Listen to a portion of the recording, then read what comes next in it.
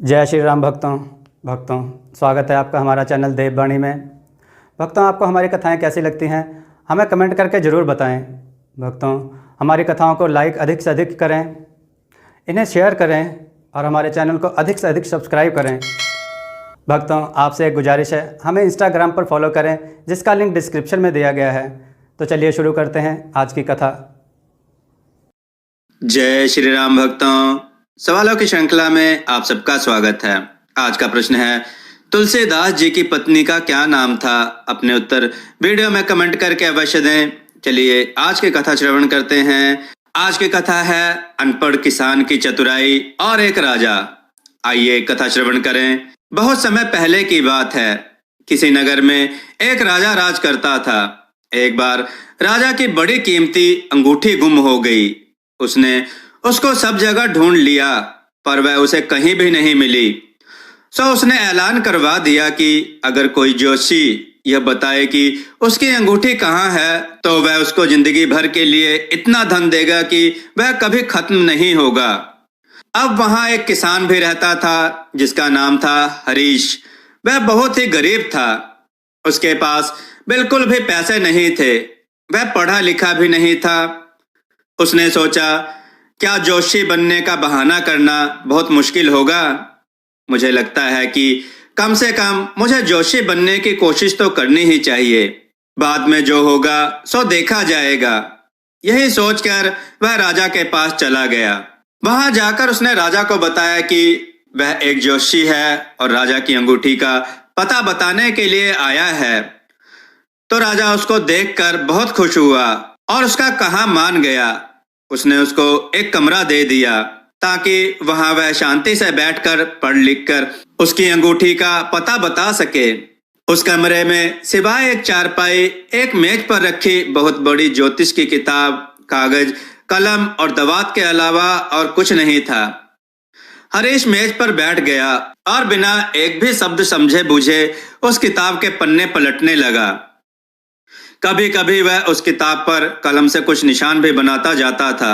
वह क्योंकि पढ़ना लिखना तो जानता नहीं था, इसलिए उसने उस किताब पर जो निशान बनाए थे वे तो बस निशान ही थे।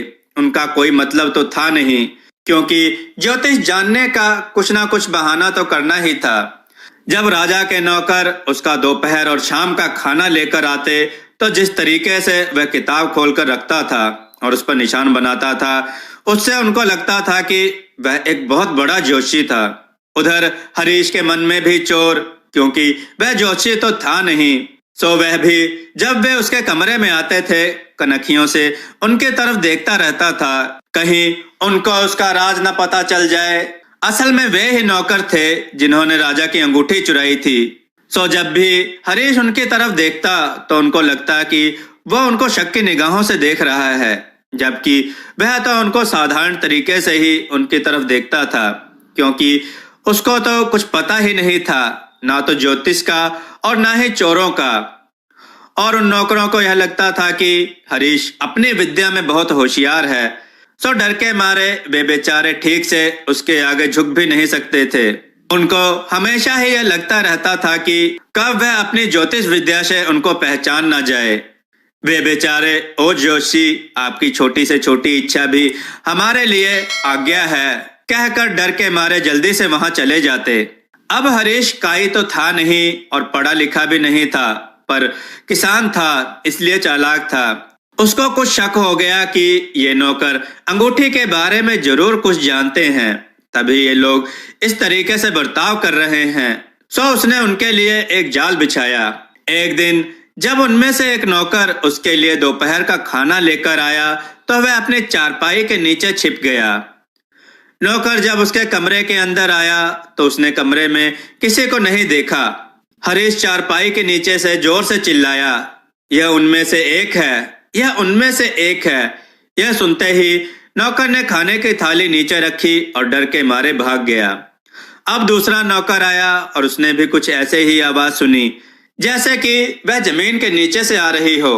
यह उनमें से दूसरा है, यह उनमें से दूसरा है। यह सुनते ही वह दूसरा नौकर भी भाग गया।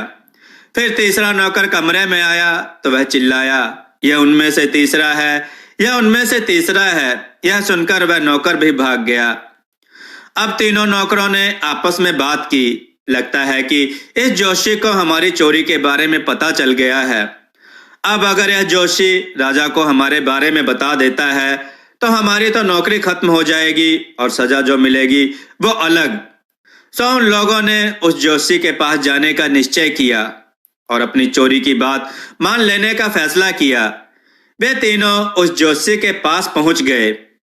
उन्होंने शुरू किया, हम लोग गरीब आदमी हैं। जो कुछ भी आपने मालूम किया है अगर आप वह राजा साहब से कह देंगे तो हम तो कहीं के नहीं रहेंगे। आप सोने से भरा हुआ यह बटुला ले लीजिए और हमें छोड़ दीजिए। हरीश ने वह बटुला तो उनसे ले लिया और बोला, मैं तुमको नहीं पकड़वाऊंगा, पर इस शर्त पर कि तुम लोग जैसा मैं कहूंगा वैसा ही करोगे। वे चोर राजी हो गए। हरीश फिर बोला, तुम अंगूठी लो और वह जो बाहर पेड़ लगा है उसके नीचे दबा दो। इसके बाद तुम सब कुछ मेरे ऊपर छोड़ दो, बाकी मैं देख लूंगा। नौकरों ने वैसा ही किया। अगले दिन हरीश राजा के पास गया और बोला कि काफी कुछ पढ़ने के बाद मैं यह जान गया हूं कि वह अंगूठी कहाँ है। राजा तो बहुत खुश हो गया और कहने लगा, बताओ कहाँ है। वह जो आपके आंगन में पेड़ लगा है उस पेड़ की जड़ के नीचे। हालांकि जोशी की बात पर राजा को विश्वास नहीं हुआ। राजा जानता था कि वह अंगूठी उस घर में गिरी है, परंतु उसने पूछा, अच्छा अगर यह बात है तो वह अंगूठी हम प्राप्त करने के लिए क्या करें। जोशी ने कहा, उस पेड़ के नीचे खोदना शुरू कीजिए। राजा ने अपने नौकरों को हुक्म दिया, उस पेड़ को खोद डालो। जैसे ही वह पेड़ काटा गया और उसे खोदा गया तो उसके नीचे से अंगूठी निकल आई। इसके बदले में राजा ने जोशी को बहुत सा धन दिया और साथ में एक भोज भी दिया, जिसमें आसपास के राज्यों के बहुत सारे लोगों को बुलवाया, बहुत सारे खाने की चीजें बनवाई और जोशी का सभी के सामने बहुत सम्मान किया गया। दोस्तों, आपको यह कथा कैसी लगी? अपने विचार और सुझाव कमेंट में जरूर दें। हमारी कथाओं को लाइक करें, हमारे चैनल को सब्सक्राइब करना ना भूलें। हमारी कथाओं को शेयर जरूर करें जिससे लोगों को अच्छा ज्ञान प्राप्त हो। जय श्री राम भक्तों।